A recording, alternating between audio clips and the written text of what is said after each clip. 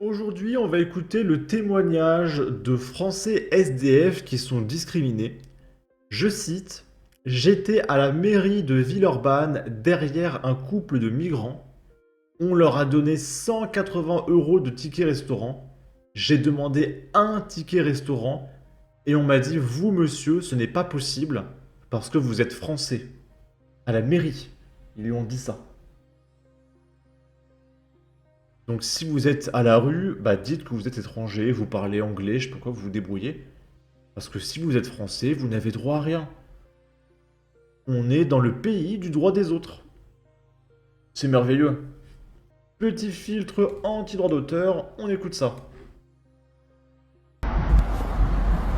Donc j'étais à la mairie de Villeurbanne, pour pas la citer. J'étais derrière un couple de migrants. On leur a donné 180 € de ticket restaurant. Et moi j'ai eu le malheur de leur demander un ticket restaurant ou deux tickets restaurant. Et on m'a dit, vous monsieur, c'est pas possible, vous êtes français. Voilà, témoignage. La même chose à la métropole à Lyon. Et Moi, il m'est arrivé exactement la même chose, mais à la métropole. Et on t'a dit quoi? Ah, que j'étais française, donc que ça n'était pas pour moi. voilà. Donc voilà, on appelle tous les Français qui leur est arrivé la même chose à témoigner, s'il vous plaît.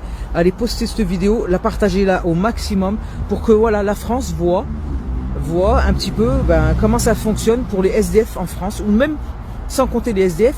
Il y a des familles, j'ai des témoignages de familles qui n'arrivent pas à finir leur fin de mois, qui vont voir l'assistante sociale et qui leur donnent rien. Parce que elle leur dit, vous êtes français. Donc s'il vous plaît, partagez en masse, il faut absolument que ça se sache.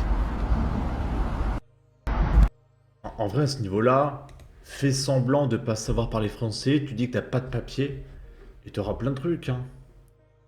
Le voilà, le racisme systémique. Quelle honte pour cette mairie. Mais quelle honte.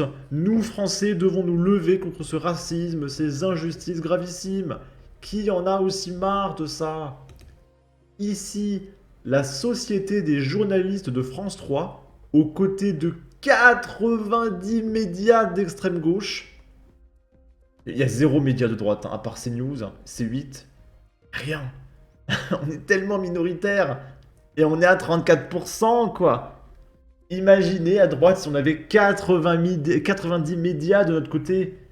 Imaginez à droite si on payait des TikTokeuses demeurées pour faire des TikTok à des demeurés pour qu'ils aillent voter pour nous. Mais on serait à 95%. Le fait qu'on est à 34% avec la totalité du monde politique, du monde de YouTube, de Twitch, de tout ce que vous voulez, contre nous, ça montre à quel point le Rassemblement national a un programme on ne peut plus solide.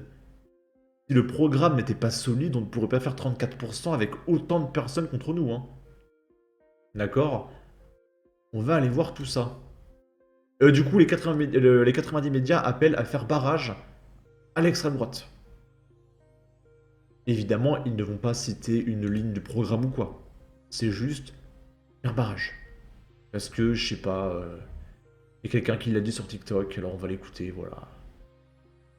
Sans presse libre, pas de démocratie. Pour préserver la possibilité même d'une presse libre, indépendante et pluraliste. Pluraliste, lol. PTDR, XD. Non mais sans déconner, quoi. Plus de 90 médias dont Mediapart, l'Humanité, Street Press, Reporter, Bondi Blog et Politis appellent à soutenir le combat contre l'extrême droite. Dans sa stratégie de conquête du pouvoir, l'extrême droite a fait des médias un terrain privilégié au service de son projet. Elle impose dans le débat public. C'est la droite qui s'impose. Ah, oh là là, mais j'en peux plus, quoi. Je veux jouer à Elden Ring, le DLC il est sorti, j'écoute des conneries de gauche. Au lieu de m'amuser, j'en ai marre.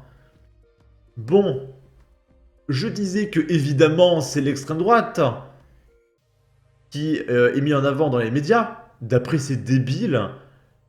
Et du coup, elle impose dans le débat public ses fausses nouvelles et ses obsessions contraires aux droits fondamentaux. Donc ces obsessions, c'est la préférence nationale, chose qui existe dans tous les pays de l'univers, sauf en France. Sauf que si on le fait en France, c'est insupportable. Et par contre, dans les autres pays, bah c'est normal.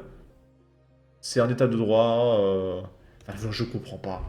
Et ces mêmes personnes, ils vont aller au Japon. Oh, c'est bien le Japon, il me faut un passeport et un visa pour le Japon. J'adore le Japon, leur culture, etc. T'arrives en France, quoi? La préférence nationale, il faut un passeport maintenant? Mais vraiment, mais... Oh là là là là. Quelle horreur.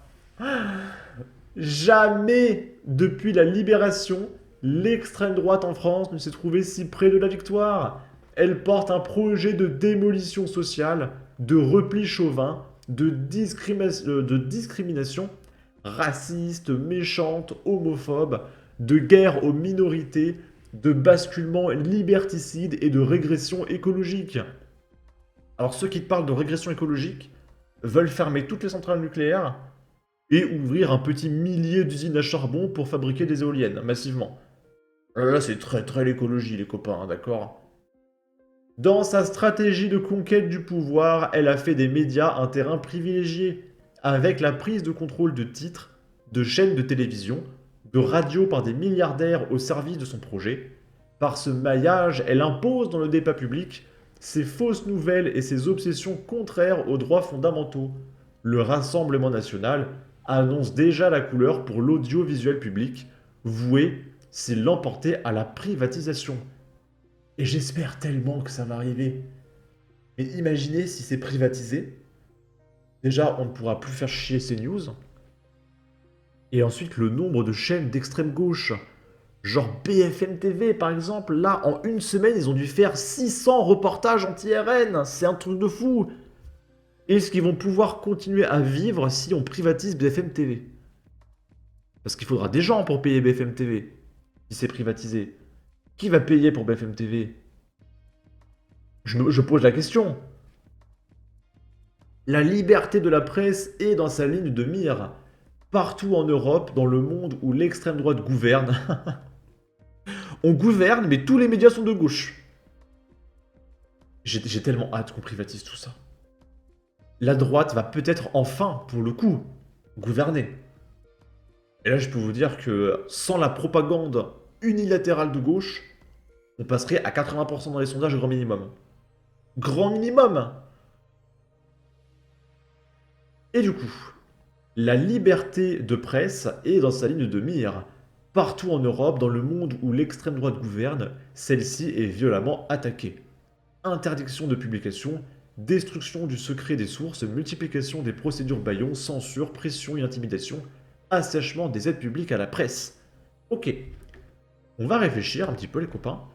Dans quel pays la liberté de presse n'existe plus et tu te fais lyncher si tu dis des choses qu'il ne faut pas? Alors, il y a la Corée du Nord, communisme. Il y a la Chine, communisme. Il y avait l'URSS, communisme, 150 millions de morts. Mais bizarrement, je vois pas l'extrême droite, hein. Non, communisme et gauchisme. Ok.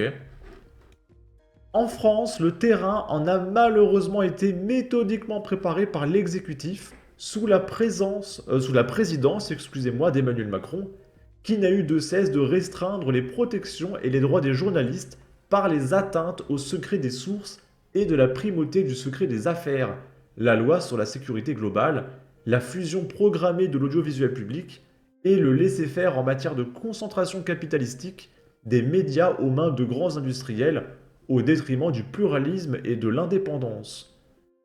D'accord. Pourquoi pas?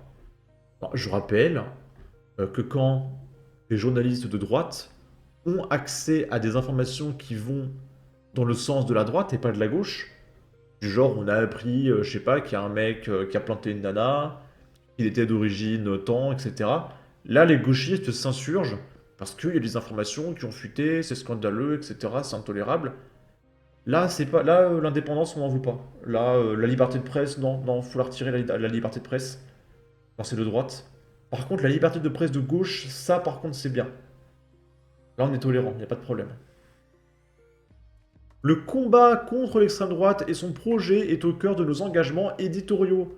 Dans notre diversité, nous entendons prendre toute notre part à l'indispensable rassemblement politique, social, populaire, au service de la justice sociale et écologique, de l'émancipation humaine et de l'extension des droits et libertés, pour lui barrer la route du pouvoir.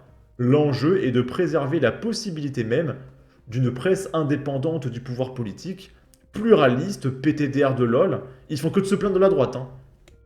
Il y a 4 pavés sur la droite qu'il faut annihiler, et ils te parlent de pluralisme. Ok. Avec des journalistes exerçant leur métier en toute liberté, sans presse libre, pas de démocratie. Bon, la réalité de tout ce chouinage, c'est surtout la privatisation des médias. Parce qu'ils savent très bien que le gauchisme va plus ou moins disparaître. Ils ont peur pour leur poste, pour leur salaire, les 10K, les subventions, etc. Oui, là, ils ont peur. Hein. C'est surtout pour ça qu'ils ont peur. C'est pourquoi nous appelons par nos initiatives éditoriales, et sans jamais renoncer à notre regard critique, à soutenir la mobilisation sociale et citoyenne en cours, qui fait écho à la dynamique antifasciste du Front populaire de 1936, dans sa capacité à déborder les cadres partisans. Nous considérons qu'elle seule est à même d'empêcher le RN d'accéder au pouvoir le 7 juillet.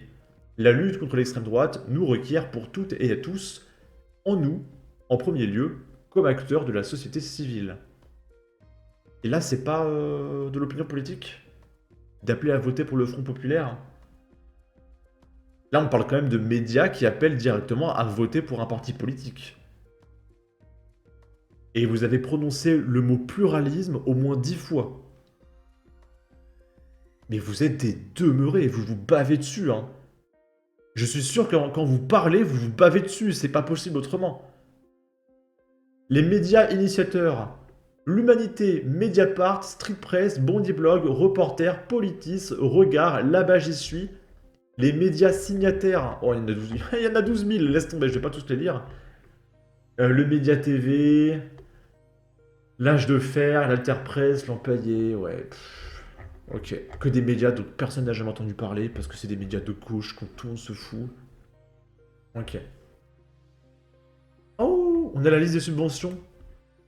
Le Figaro, 16 millions € de subventions. Le Monde, 16 millions de subventions.